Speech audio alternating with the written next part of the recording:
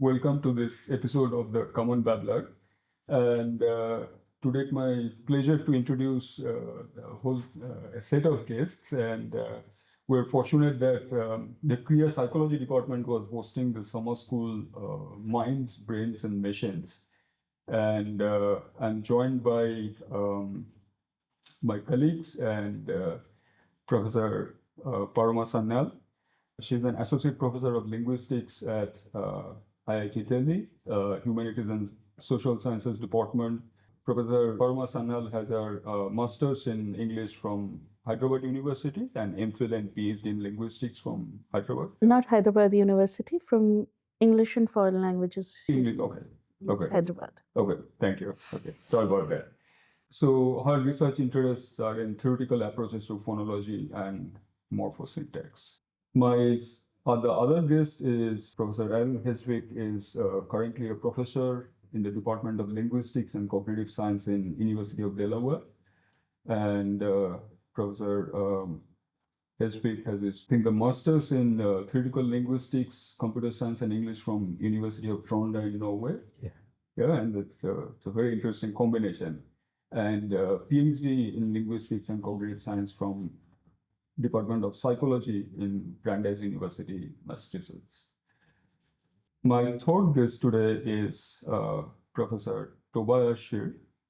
And Professor Tobias is currently the CNRS Research Director in BCL department, is it Basis Corpus language, and also Director of Human and Social Sciences Southeast, MSHS Southeast department, and he has developed the cognitive science program at NIS. I think this is the CNRS NIS, and within the MSHS, and also the Université Côte.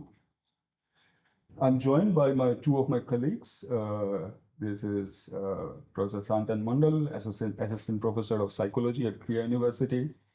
And Sayantan has his PhD from Concordia University. That's right. Yeah. And it's a master's program in Université Côte. Yeah, so I had a grant from Humanities Global to visit Tobias's lab as part of the PhD program. Okay, lovely. And I'm also joined by Professor Rakesh Sengupta, Associate Professor of Psychology at Krea University. Professor Sengupta is also served as Director of Center for Creative Cognition in SR University, Warangal.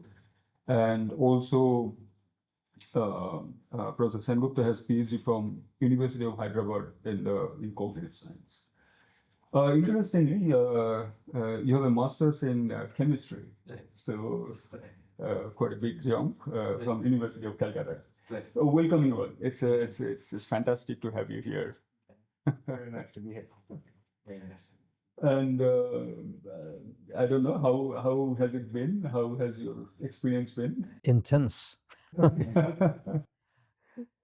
Intense heat. Yes. Yeah, but it also, I think teaching Tobias has done the most out of all of us. He's I think today he completed Fourth class. like 8 or 10 hours of Okay. teaching already. I mean, like, that's excluding the discussions. So also for the record, Tobias's position in CNRS doesn't require him to teach at all. Yet he teaches voluntarily every year. The students are lucky, and the students could cope up with that, with this. I don't know. That was my concern to start with. So the organization team sent us 36 self-descriptions of registered students before. So I had a chance to look at those and to see what the interests of the audience is.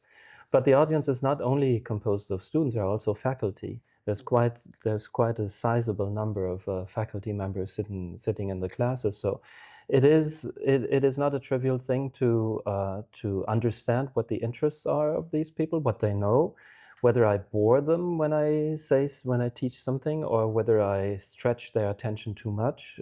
So that's actually my main concern as the class is unfolding, I get to know the students better and to evaluate better what they know and what they don't know, and so on. And there are different groups of students, of course, but that's the major challenge for me, to deliver what they can process and what they would like. Is there any special technique to sort of gauge or to calibrate that? You can ask them questions. Right. You can ask them questions, but as Paroma said, well, you can say maybe better than me about Indian students. So when Tobias said that he was taking out most of the theoretical linguistics, the formal parts of it out, and making it more general, because in the self-description, the students didn't know what is linguistics, of course, and the theoretical aspects and so on. So there was nobody who had any background in looking at languages and linguistics much. So he was taking out because that didn't seem to be one of the interest areas that they had mentioned. But I had told him that in my experience of so many years teaching at IIT, the BTech students, they don't really know what is linguistics. Students in India, they don't have much idea about it. But languages are something that everybody lives in here. We have a lot of them, and many people actually speak more than one language, and they are encountering really interesting questions. So very quickly they become very interested in formal linguistics and the formalisms related to actually looking at languages. So which is why I was suggesting him that don't take these things out. That's what the students will find the bite into, and they will engage with that. Because at IIT also, some of the courses of the humanities, linguistics is one of the most sought after courses, even though it's not something that the students require for their future and for their CVs per se, but it is something personal that, thousands of them register for these courses. So next semester, my class would be more than 300 students. So there's a huge number of them undergrads who want to learn about these things and so on. So it's genuine interest. Well, one difference between linguistics and, say, physics or chemistry is that people do not, including my grandmother, for example, they don't believe they have an expertise in particle physics, right? But they all believe they have a strong expertise in language. They all believe if I ask my grandmother why that word order is the way it is, she will come up with an answer, and she will have very strong opinions on that, right? And that's shared by most of the people. And but so they are not humbled when they start learning linguistics. They believe they know things, and actually one task of the teacher in linguistics when you teach like newcomers is to have them understand that they think they know things, but in fact they know nothing. They know just as much as they know about particle physics, and that's hard for them to understand. Yeah, people take it more personally, I think. But sometimes they take it personal. So I can tell you stories about when you ask what their mother tongue is back in Nice, and there are many people from Arabic countries or have Arabic families, and then they say classical Arabic, and I say no, not really. So classical Arabic is the language of the Prophet, and so it's extinct today, right? And today they speak some modern variety of Arabic, but they don't like hearing that, because that is kind of offensive for them, because a good Muslim knows the Quran, and so there may be issues when you ask people what their mother tongue is and what they believe their mother tongue is. They really believe it. It's because they went to Quran school. So my language is classical Arabic. There's a certain sense of purity associated with language that it has to be. Purity, especially with the languages that are religiously significant, like here, Sanskrit is probably has the status, Latin to some extent in the West, or Greek. Right. Just as a digression, but I thought that you had a retreat, like a yoga retreat here. So how was your experience and as a linguist or? Not as a linguist. As a linguist, there was no experience. Because no, but it was. I learned a lot. I learned a lot about. I tried to. I also tried. First time in India for me. Okay. So I tried before coming. I tried to learn a little about more because India for me. I don't. People in the West. I think they don't know anything like me or almost nothing about India, but the internal workings, like what states are there, what's the geography, where is it dry, and so on, what the cities are, what the rivers are, and so on. So I tried to update my knowledge a little before coming, and then I was taught. So there are lessons. There is not only physical exercise in an ashram. There is also you take lessons. Actually, they teach you about yoga and about the prayers and so on. So I learned a lot about. Not much, maybe, but much more than I knew before in that ashram about Indian culture and Sanskrit and so on. Is it is it the first time or you have been to? Oh yeah, that's. I never thought I would even ever be in India. So yeah. So I was curious about so the program in Trondheim. So it was in Norway. That so it was linguistics, English, and computer science. Well, so back then, I just entered the university in the humanities faculty of the university, and they offer 1-year courses in different subjects. So you could take a 1-year course in English, grammar, literature, phonetics, and you're free to put together your educational trajectory by you can handpick anything. You can basically free to do anything you want. Yeah, actually, at least that was the way when I was a student. So yeah, so I started there, studied English, and then I took a year of computer science. I like to do programming and enjoyed sitting there and trying to find the most optimal algorithm to solve a little problem, and then I ended up with linguistics, which was a separate department, and so I took a 1-year course in 1 year English, computer science, and linguistics. In later, are there any interface between computer science and linguistics? Sorry? Are there any interface, common areas, intersection? Yeah, there is. I remember when I was I was studying, learning about Montague semantics, and intentional context, and it's a sort of formal semantics problem where you have to almost do like almost like solving a recursive problem. And at the same time, I was taking computer science, and I was learning how to program recursive functions in assembly code. And I remember sitting when I saw that as a recursive function problem in computer science, I just suddenly realized, now I understand how intentional context works in Montague semantics. So it was like a really sort of aha experience I didn't look for that, but it was just there. Yeah. So obviously there must be some connection. Usually, and of course, I would ask your experience of coming from chemistry to linguistics, and that's also definitely. It's not linguistics though, but cognitive science. That I was like what you call chemical physicist or physical chemist. So I was working on problems, basically what you call quantum molecular dynamics. So dealing with differential equations and whatnot, and some like Fortran programming. Like in science, we are in science, especially in India, we are very conservative.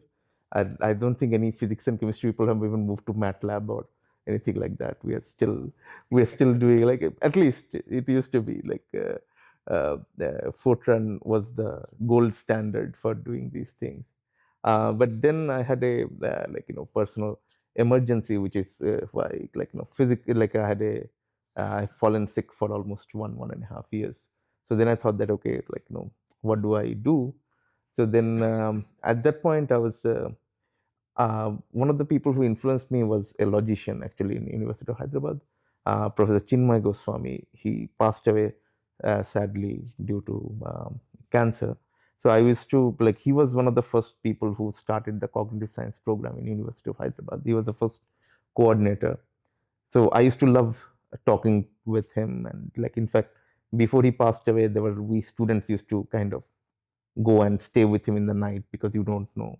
And it'll be so I was very influenced by that. So I thought that okay, like I do some I can solve differential equations well. So I must be able to do some problems in neuroscience. But of course, reality turned out to be really different. So I had to go take classes everywhere, like not just psychology, but linguistics, philosophy, sociology. I audited classes in computer science, like for machine learning and stuff. I even went and did quantum computing course for just for the heck of it. But yeah, but our university had a vibrant environment. You could learn and soak a lot of things. Lot of teachers were very kind to me, and like because I would hound them, like that what do I read, what do I study.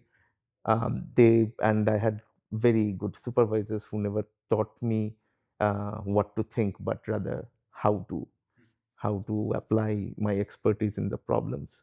So that's how I came to cognitive neuroscience. So I started with computational neuroscience, but then I went to Italy for a couple of years for a visiting fellowship.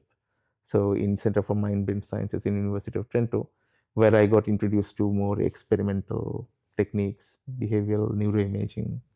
So that was so then I got fully rounded, like not just theoretical, philosophical, but I can run some behavioral and neuroimaging experiments. So that's how. So what kind of techniques are used neuroimaging? EEG, MEG, fMRI, like like now we have FNIRS here, like the functional near infrared spectroscopy. I'm hoping to learn that also. So like I've done most of the others, like eye tracking, this thing. Although some of them I've not gone fully. I will not say I'm an expert in it, but EEG, I can work very well. MEG and other things. So the near infrared picks up heat signature or Light. So Light. based on light. Light, based on light. based on light? So this, it's like also like it's spectroscopy, right? Like it's supposed to pick up the spectrum. So like our brain activity produces a lot of signals. So some of the electrical ones are picked up by EEG, like magnetic ones by MEG, and fMRI picks up very dependent signal, kind of like the like shadow of brain activity. Similarly for FNIRS also. So we are hoping to learn some more over here with experiments. So with linguistics, what's the connection with psychology, or how does it is it usually it's in the part of the psychology department, or not necessarily? It's a Not necessarily. So, in India, linguistics has a slightly different trajectory, historical trajectory, than the kind of linguistics that we do, which is the people here who are sitting, which corresponds to psychology, which can talk to psychology. So, India has a philological tradition of linguistics which is much older. There are very old, more than 100-year-old departments of linguistics, the Calcutta University department and the Deccan College department, and so on and so forth, which is the older tradition of looking at languages genetically, creating genetic trees of historical data and trying to link them up and trying to look at comparing all the languages and placing them on genetic trees. So that tradition continues, and that's how most of the linguistics department in India are part of that continued tradition. So what had happened is that in the 1970s, so there were a few people who had 70s and 80s, there were a few people who had done their PhDs in linguistics in United States. So, and in United States, these most of them were at MIT. So, and there linguistics, the formal linguistics or mentalist linguistics, So that had taken a different route. It's a different department which works with which is together with psychology and philosophy, and there is a commonality to the question. So the looking at language becomes as a mental function, as a product of the mind. So these scholars who had done their PhDs in the 70s and 80s came and joined some of the universities in Hyderabad, both University of Hyderabad and what was known as the CIFL at that point, Central Institute of English and Foreign Languages. So, and these two places developed this culture of formal linguistics. And in fact, that was the only place at that point where this kind of work was happening, which can work together with cognitive science. And eventually the students that they trained, they went also abroad or came back. So it moved to some other places in Delhi, a few places, and so on and so forth. So this became, so even now this kind of linguistics that can talk to psychology is happening in a handful of departments in linguistics places in India, maybe two or three, 4 places max. So the rest of the linguistics department, in fact, there are many of them, they are still in the older tradition of etymological, looking at historical roots of things and this. So it's one section of linguists who are mostly Western trained, are the people who can talk to the psychologists and work together into looking at language as, through the language you're trying to figure out something about the mind, and looking at the mind you're trying to figure out something about the language. So that correspondence is possible. If I may interject, isn't that kind of surprising? Because you look back in Indian history, this idea that natural language is a computational system and it characterizes the evolutionary design of the human mind goes back to Panini, not in those terms. Sure. But Panini was talking about a computational system. True, true. But at the same time, you also have to take in the history of India and the colonial history of India. And the purpose of many of the linguistics departments was for these, to the description of the languages of India for the governance purposes and to put them into categories. So there was some history to that as well, right? Fueled by the enormous number of languages that exist. Yes. My phonology professor at grad school was Alan Prince. Yeah. And remember, he was teaching us about the elsewhere condition, and he pointed out that this was actually discovered by Panini. Panini, so he called yes. it a Panini relation. Right. Absolutely. Yeah. So, yeah. So this term elsewhere condition was used by Professor Paul Kiparsky, and he attributes it to Panini. Yeah. So Professor Kiparsky actually knows Sanskrit very well, and Panini also. So he apparently he has come to India many times. So he has been to Hyderabad also many times. So while we were students there as well, he's taught us there as well. So he apparently had spent a long time in Banaras learning Sanskrit from the Sanskrit Pandits and understanding the language. So he knows quite a bit about it. Is he still alive? Yeah, sure. Yeah. He's active. And he's active. Kiparsky goes to conferences and so on. Sure. He's recently, he along with Joe Peter brought out that book 2017, The Harmonic Serialism. So he's still active. But anyway, so Panini, he already knew something very basic about language that modern linguistics is making lots of use of. Yeah. There is I don't know, so there is something called universal linguistics. Grammar. Okay. So is that it's like a basic structure? Well, so universal grammar is the idea that that you're predisposed to construct a grammar of the language in your environment, and that it's a hypothesis that you're born with this sort of constraint on how you can construct the grammar of the language around you. So in a sense, you're not learning the language from outside. You're actually recreating the language when you're learning language. There's actually, I had a lecture by Zenon Palish, and he mentions another aspect of Indian philosophy. So I think Paroma was talking about this in her lecture yesterday, where a child, when it's young, it has the ability to perceive all these different contrasts. And then as it learns to, as it's converging on a particular language, and it's discarding all the contrasts, sound contrasts that are not relevant, it loses some of this ability. And Pailashin in a lecture, oh, that was you, Tobias. Tobias was talking. Pailashin in a video lecture mentions that there is apparently a similar idea in Indian philosophy, where it's learning is forgetting. So you don't learn anything new from outside. You just forget what's not relevant to you. And I think this recurs in other philosophies too. I think Plato calls it inherited memory, a race memory.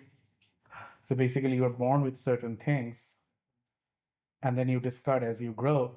You sort of narrow your scope, because That's right. But another aspect of universal grammar is that whatever the input from your environment while you're learning is, you will never be able to learn certain things because you're not predisposed for that, or your predisposition is blocking that. So this is this can be seen, or an argument for that is made is so-called universals. So languages are wildly different in many respects and so on, but actually way less than what naive people believe. There are many, many things that are shared by all languages of the world. Okay, so, and that is called universals. And then the question is, if languages evolve freely and you have, like, I don't know, 5,000 languages evolving over 10,000 years, you would expect that that languages pick random features, and you after 10,000 years, with 5,000 languages evolving, you will have a random set of properties in languages. This is not what we find. We find over and over again, we find that languages have the same properties all over the world. There is no language on record, historically or present, that would have something like, well, a number of different properties. So maybe something easy to understand of a universal is that language has internalized a number of things that of everyday life, of the real world, like time. You have tense.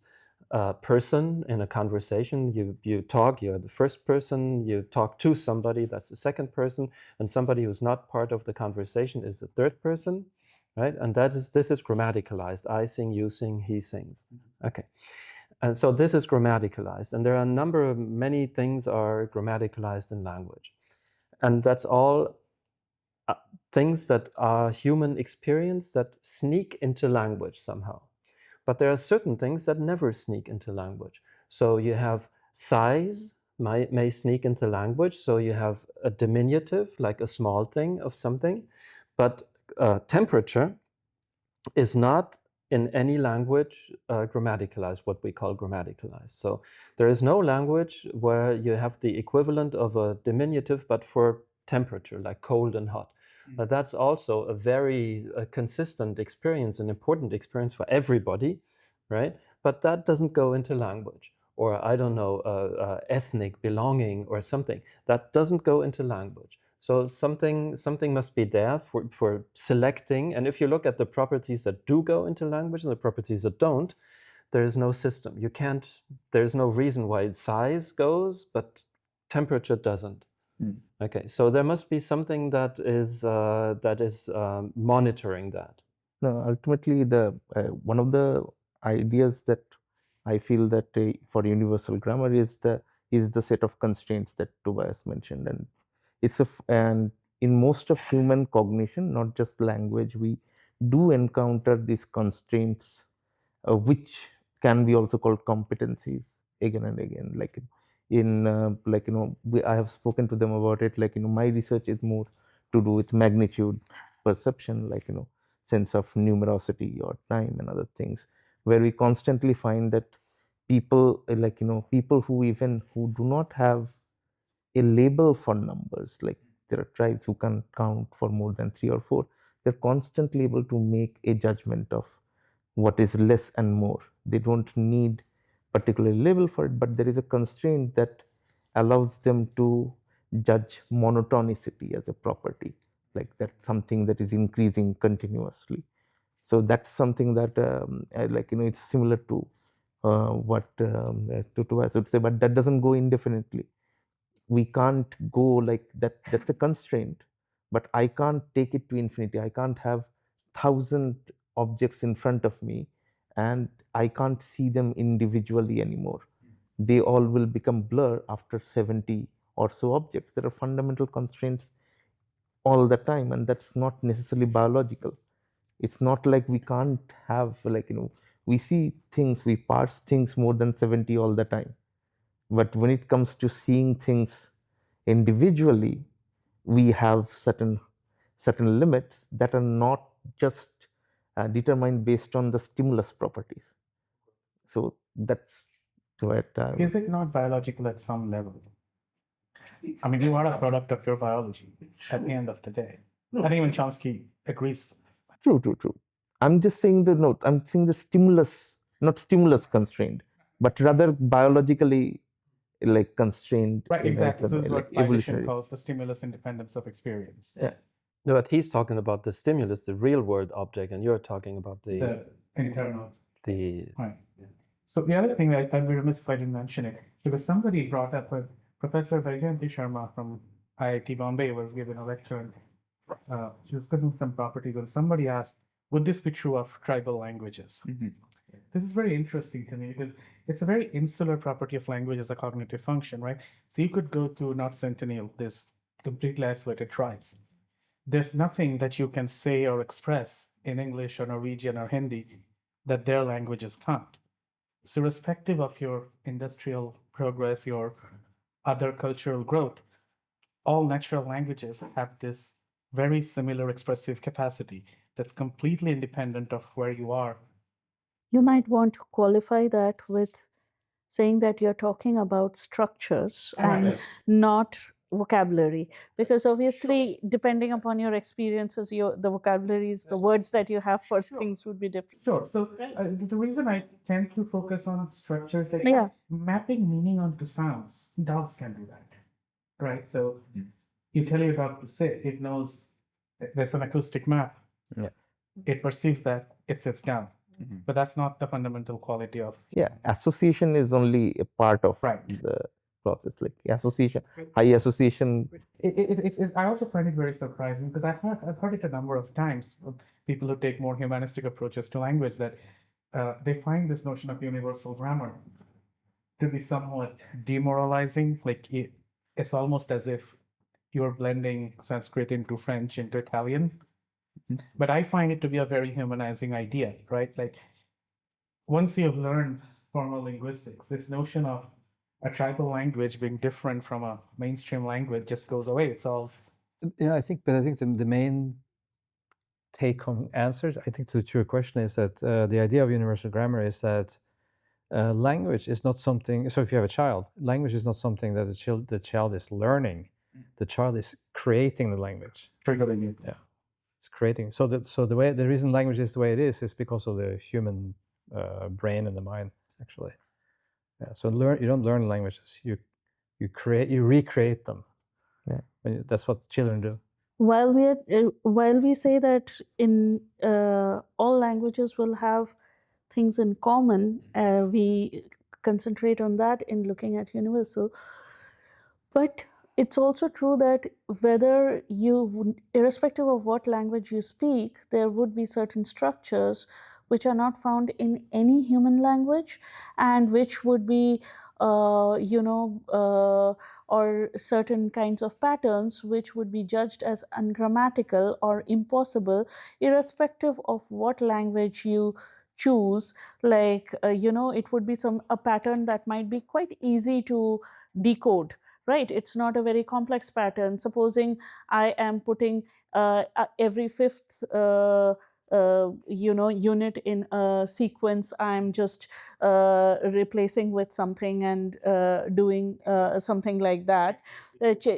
Change every fifth one into the in a sequence that is coming, and so on. So that's a pretty simple pattern, but those are not the kind of patterns you will find in any human language, and to encode us any kind of meaning.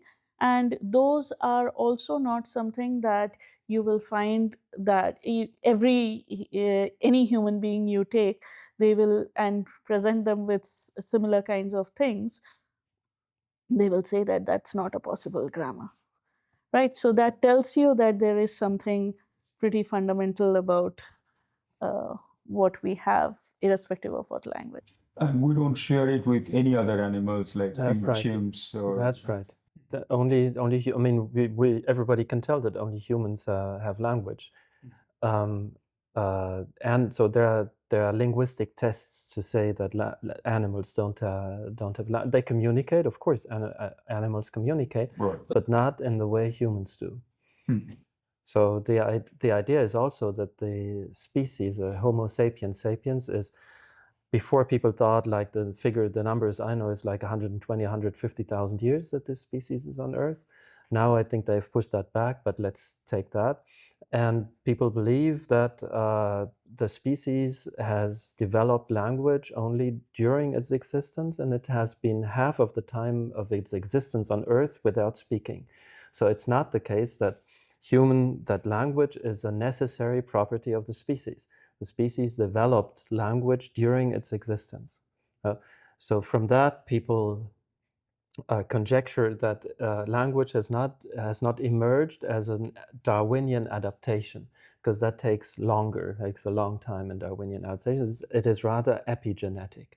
So there's a switch in the brain or in a gene that has happened and has made language possible. So why are we talking about that? Because universal grammar. Yeah, right. So, because whether we share that with chimps, yeah. So, you can see that there is no language organ. There is no language organ. So there is no organ like we have an organ to walk, to eat, to swallow, to breathe, to clean our blood, and that's the guy who has designed our body has taken care of that, but not for language. So language is parasitic on whatever was there before. So we use our mouth and our tongue to speak, but that the mouth and the tongue is not designed for language. What is supposed to be linguistic areas in the brain, like Broca and Wernicke, that's the best known areas, front left, are part of the latest development of the human brain. Like before the skull was fleeting like that, and the last bit that the human developed is like this forefront lobe. And this is where language sits. So it's a recent thing. But language is parasitic on whatever biology there was before. But does that necessarily imply that it's not an adaptation? No, that doesn't. No, the argument for adaptation is time.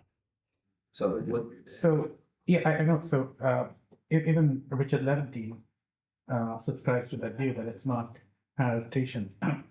Although I have read some very good arguments.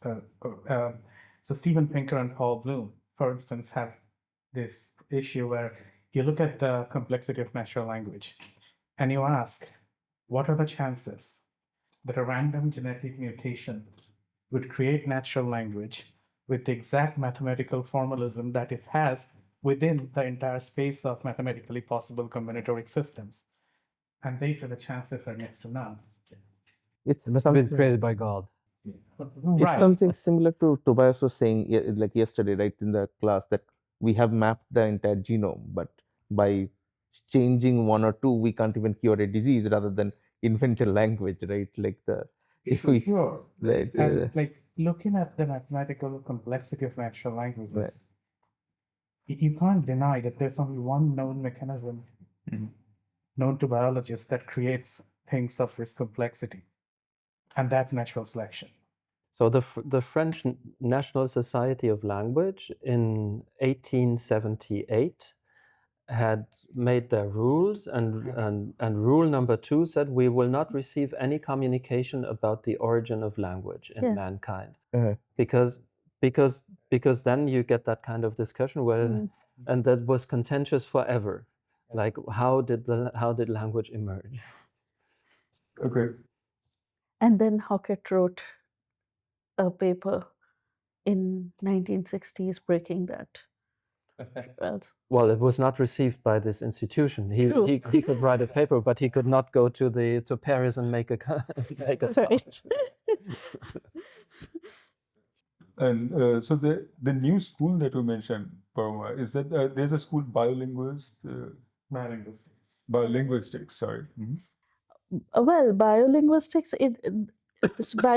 is a much more later idea, 2000s around idea, which is the germ of the idea was obviously there. Yeah. So it was there, but it is something, the idea, it comes with that Hauser, Chomsky, Fitch paper, and those papers that come in, that there are 3 factors in language design. And the idea is that it started out by saying that language, there was a specific language module that was there in the brain before in the 1970s, 60s, 70s. Now, the 2000s idea was that you try to have the more generalized mechanisms of cognition which are there. They are the same thing that are doing language computing.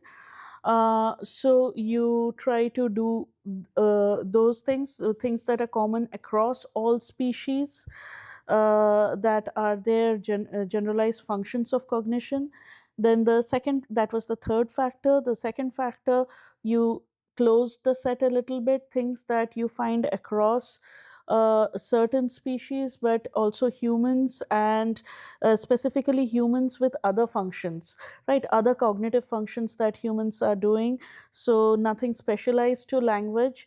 And then the first factor which comes down, the tiny faculty of language in the narrow sense, FLN, which is like something very minimal or specific, which is specialized only for human language, and you do not find it in other species or other cognitive functions or other kinds of things, etc. So FLN, you have brought it down that only humans have it, right? So that is the idea of biolinguistics. So that set of things that makes that humans have it separate from others, that set you have narrowed down to a very small set, and you call it FLN within that. So, and recursion, like he was mentioning, is one of the characteristic functions. It's the only thing that is put in this genetic mutation the same people are hypothesizing is about this latter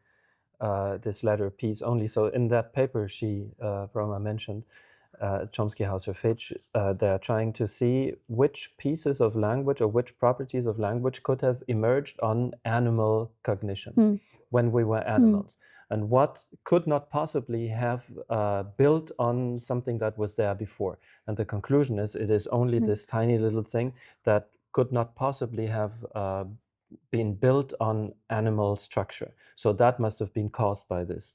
So it's a sort of a way to get around the Pinker and Bloom argument of how could a mutation create this much complexity? It's okay, mutation didn't create all this complexity, some was there. What the mutation created was merge, which is basically putting 2 things together and making a new thing. And you do that over and over. So just nesting things. Okay, I don't know how to phrase the question. So do we think, I mean, so is it true also when Rakesh was discussing, I was thinking that, is it true that some part of our thought needs language, but some part is independent of language, or? That is also probably a banned question. Oops. No, it's a contentious question. I mean, like we do, some of our cognitive faculties are definitely like sort of non-linguistic. Okay. But like we are constantly immersed in language. They can probably tell us more about it. Maybe Tobias can tell us about the language of thought. So there's in the 30s and 40s known now we all it's very often taught there's this Sapir-Whorf hypothesis, and that says that if you don't have words to express a thing, the thing does not exist in your thought. You cannot conceive of an object for which you don't have a word.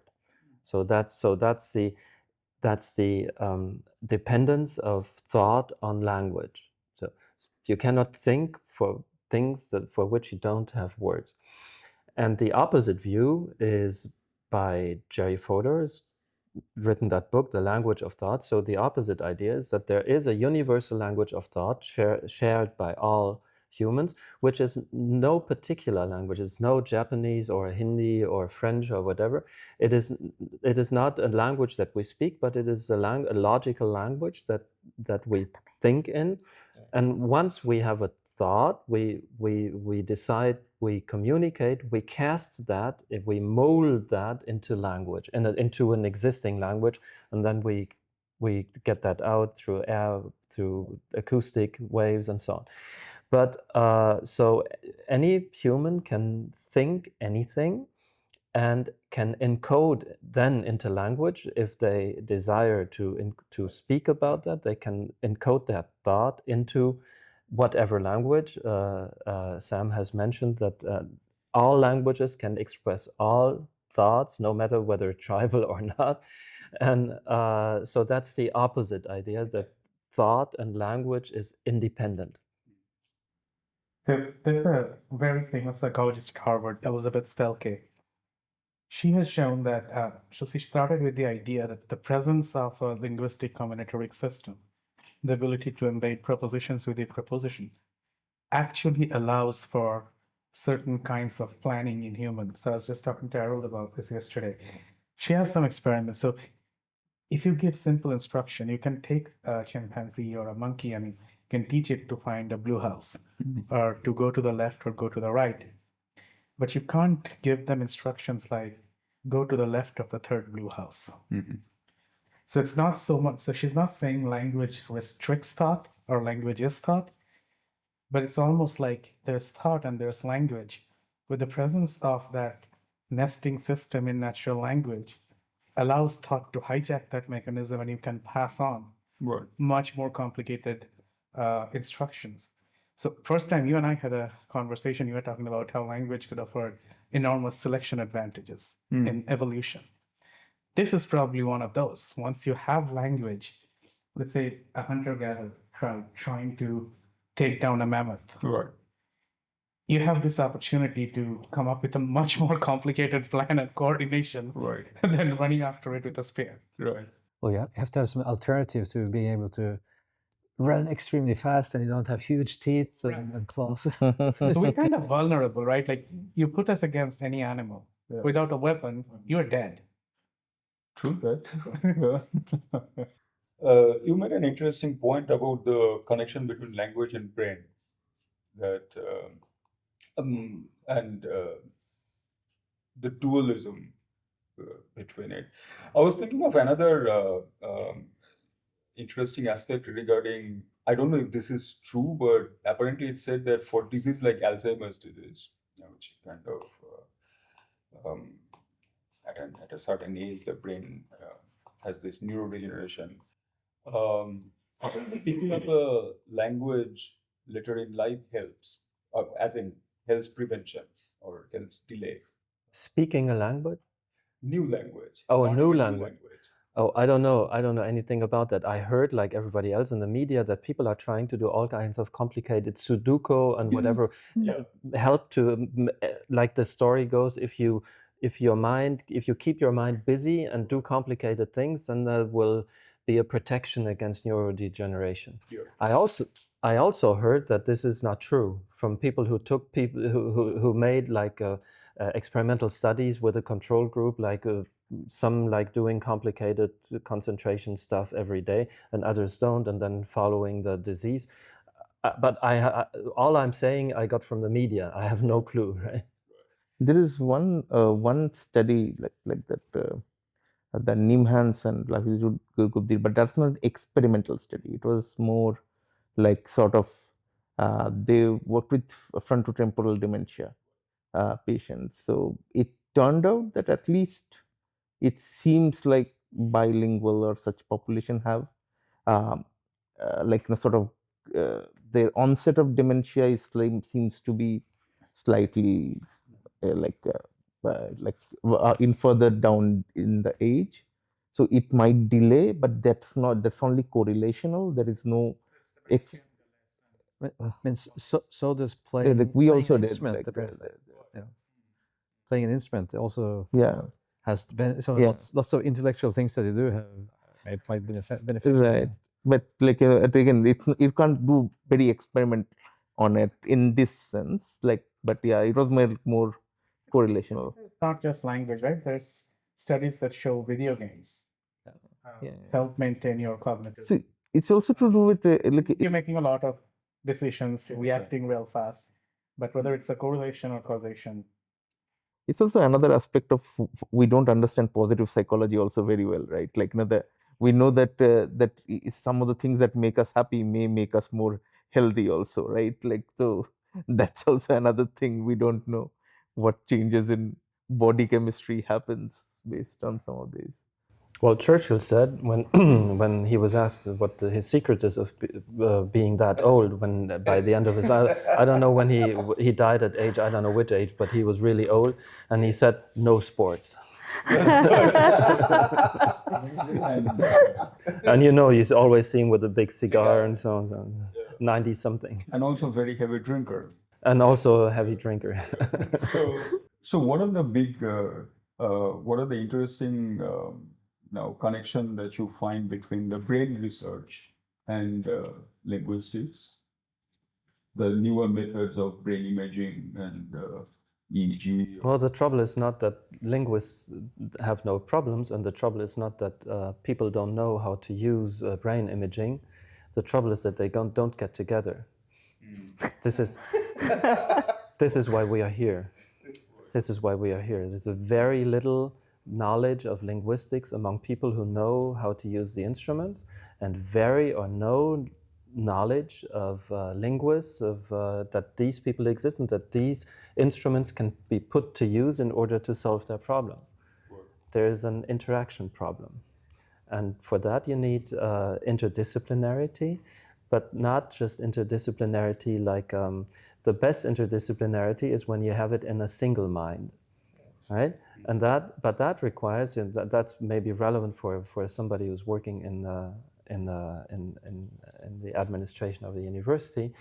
In my home university and everywhere I know, people always believe that interdisciplinary is like you have a standard number of hours in a BA for teaching, and then you divide. If you want to do interdisciplinarity among I don't know, biology and philosophy, you do half of your program. You send them to philosophy and have. But that's not interdisciplinarity. You need to be a full-blown person in both, and that means you need double.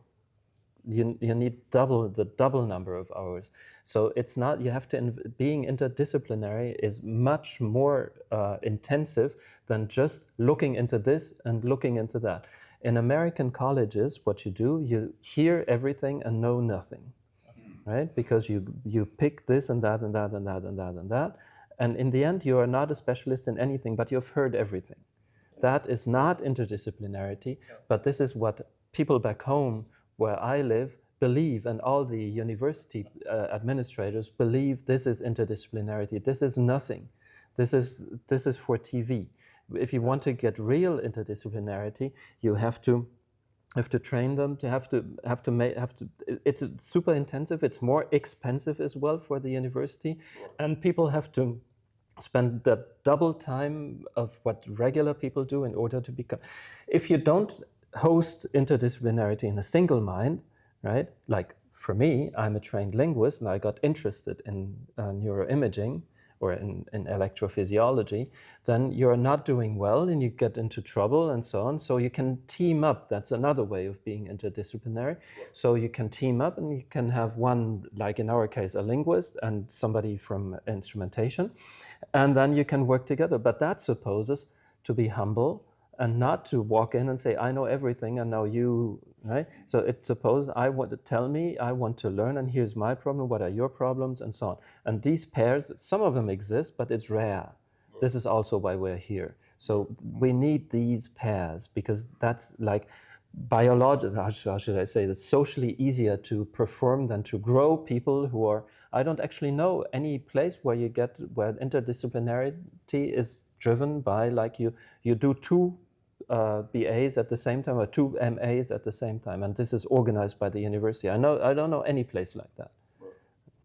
Well, that's fascinating. I mean, it definitely is food for thought, and I think it would be a good start to the psychology department to start with this very interdisciplinary school. And at least one good thing I was thinking that definitely our program allows to have a double major, for example, in psychology and anything else, really. Yeah, we have a psychology, biology, psychology, computer science, which are still understandable. We even have psychology and economics. Yeah. But that doesn't involve double Double the credits.